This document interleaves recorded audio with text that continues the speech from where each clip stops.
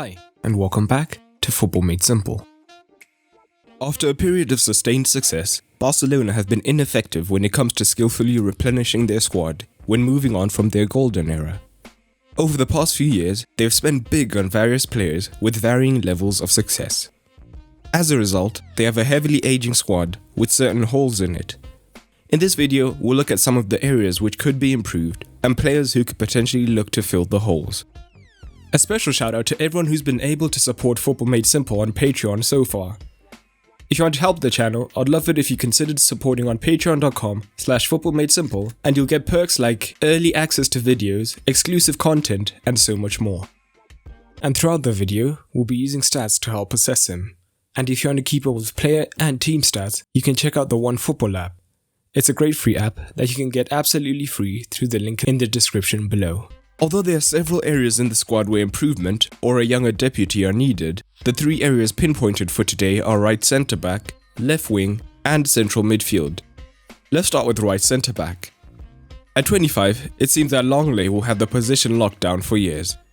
Next to him, undoubtedly, Gerard Piqué will go down in the history books. However, at 33 years old, he has begun to slow down. So the replacement that we'll be looking for should be relatively young, right-footed, and good on the ball to fit into the Barcelona system. And the first option for the position is Borussia Mönchengladbach's Nikola Verdi. At 23 years old, Valverde fits the age profile that we're looking for. And despite his relatively tender age for a centre-back, he's had extensive experience after debuting early on for Switzerland and being a regular starter for Mönchengladbach since he was 18. But the most important thing is that Valverde is supremely confident on the ball, often beginning the offensive phases for the team. Although his 54 passes per game are well below that of Barcelona's current centre-backs, this is mostly due to the team's playing style, as his over 90% completion rate is right up there with theirs. He is comfortable under pressure and looks to break the first line when he can, in the first phase of play. When looking at his game defensively, he's mobile enough to hold the high line that Barcelona like, even though his pace can't be described as blistering. And he can be front foot when it comes to defending, looking to engage his opposite number when possible, as shown by his 9 pressures per game, with 42% being successful, leading to 4 tackles and interceptions per game. But it should be noted that he is weak in the air, which is not ideal. But the best part for Barcelona is that it might be a relatively straightforward acquisition. His contract had been expiring in 2021, but that has now been extended to 2022, but still, a good offer should be enough. But the best option for Barcelona, I believe, is Dayot Upamecano. The one concern with Upamecano is that he may be too young at 21 years of age. However, he's already shown in League and Champions League competition that he's mature beyond his years. And Upamecano is a complete defender, comfortable on the ball with 72 passes per game. He's also great at switching the play with 5.4 accurate long balls per game. And while this may not be a trade that Barcelona actively seek, it could be another potential weapon they have at their disposal. With the ball, he's excellent at beginning the play. Under pressure or not, he can break the defensive lines, with his 6 progressive passes being more than Piqué and Longley, although admittedly some of these may be from long balls. Although his 6.22 passes into the final third are also encouraging. Failing this, he can also break the lines by dribbling out with the ball to create new angles. His over 1 attempted dribble per game is more than Barcelona's current options, whilst his 450 meters moved with the ball at his feet per 90 also comes out on top. This on-the-ball ability means that in emergency situations, he can fill in at defensive midfield as well. Defensively, he's accustomed to playing in a high-pressing side, with his over 12 pressures per game being the highest and leading to 3.8 tackles and interceptions per 90. And for a centre-back, he's quite quick, which is another advantage. He has recently signed a contract extension till 2023, with a €54 million release clause active from 2021. However, Barcelona should do everything they can to sign him this window, as in the coming years, he'll be one of the best centre-backs in the world. Moving on to the midfield, the position that will be filled depends on whether De Jong's long-term future will be at central midfield or defensive midfield, so we'll provide one option in each position. And the first option is for defensive midfield, Andre Frank Anguissa. Anguissa's situation is complicated, as he joined Villarreal on loan from Fulham.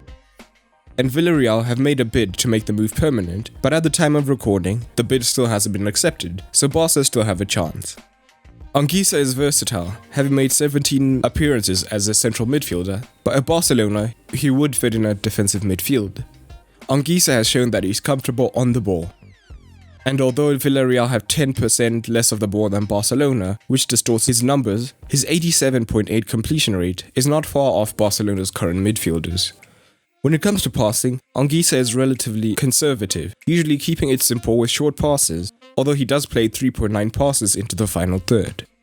But with the ball, he excels more at carrying it rather than passing it. This could provide Barca a different option, especially if he's played at central midfield. He attempts 2.9 dribbles per 90, which is comfortably more than Barca's current options, so he could provide a different way for them to progress the ball. But it is defensively where he excels, and he has great coverage of the pitch, and he is also great at reading the danger. As a result, he has 3.5 tackles and interceptions per game, alongside 20 plus pressures per game, so he would bring energy to the position. If Barca move quickly, they would be able to get him for less than 30 million euros. But the ideal option might be Napoli's Fabian Ruiz. Ruiz is very much a box-to-box midfielder, but is versatile, having also played wide and in a defensive midfield. He is supremely comfortable on the ball and drops wide to pick up the ball and begin the play, with an average of 75 passes. And he would bring the attacking thrust Barcelona need, with forward-thinking passes, as shown by close to 8 progressive passes per 90 and passes into the final third. He's also adept at dribbling the ball up the pitch, and when he gets into these areas, he's able to find the key pass or look for a shot on goal. Ruiz is also 1.89 meters and would bring some physicality to the team on the defensive end. And although he averages almost 3 tackles and interceptions per game, if he's left isolated, he can be vulnerable defensively. Ruiz is valued just under 50 million euros, so he would be a pricey acquisition, but would be exactly what their midfield needs. Lastly, we move on to the left wing. Getting a left winger would mean Griezmann can play more central, alternating with Suarez, so Barca may not need to get a striker as well. The winger should be happy staying wide rather than cutting in. The first option is an outside shout, Bayern Munich's Kingsley Coleman. With the arrival of Leroy Sané, Coleman may move on looking for guaranteed minutes. Although he has made most of his appearances on the right this season, throughout his career he has shown himself comfortable on either flank. Crucially, he's happy to stick wide in these initial phases, which will stretch the opposition defenses. Of course, on the left, once he receives the ball he would look to cut in, but that comes much higher up the pitch. And once he does, he's also a composed passer, looking to make the difference. But a combination of his pace and close control mean that he attempts 2.4 dribbles per game, and he also attempts 3 crosses per game, although Barca are less likely to need this. However, valued at 40 million euros, the obvious problem is his injury record, which could lead to Barcelona having another Dembele on their hands. So the alternative is Moussa Diaby, out of Bayer Leverkusen. Diaby is still young, but has been impressing since leaving PSG for the German club. Diaby is a diminutive left-footed winger who has primarily appeared on the left. He would be ideal, as he is happy hugging the touchlines and using his pace and technical ability to skin the fullback if he is left 1 versus 1. And as a result, he also completes 2.4 dribbles per game. This means opponents will have to commit more defenders on him, leaving space central.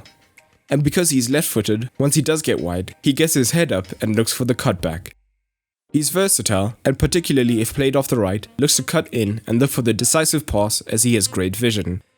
Valued at 32 million euros, with 4 years left on his contract, he would be expensive, but could be worthwhile. But what do you make of the gaps Barca need to fill? Who would you pick? Drop it down below.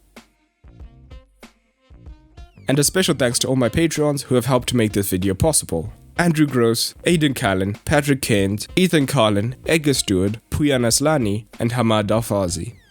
If you have the means to support, head on over to patreon.com/footballmadesimple to support the project. But that's all for today, and remember, keep it simple.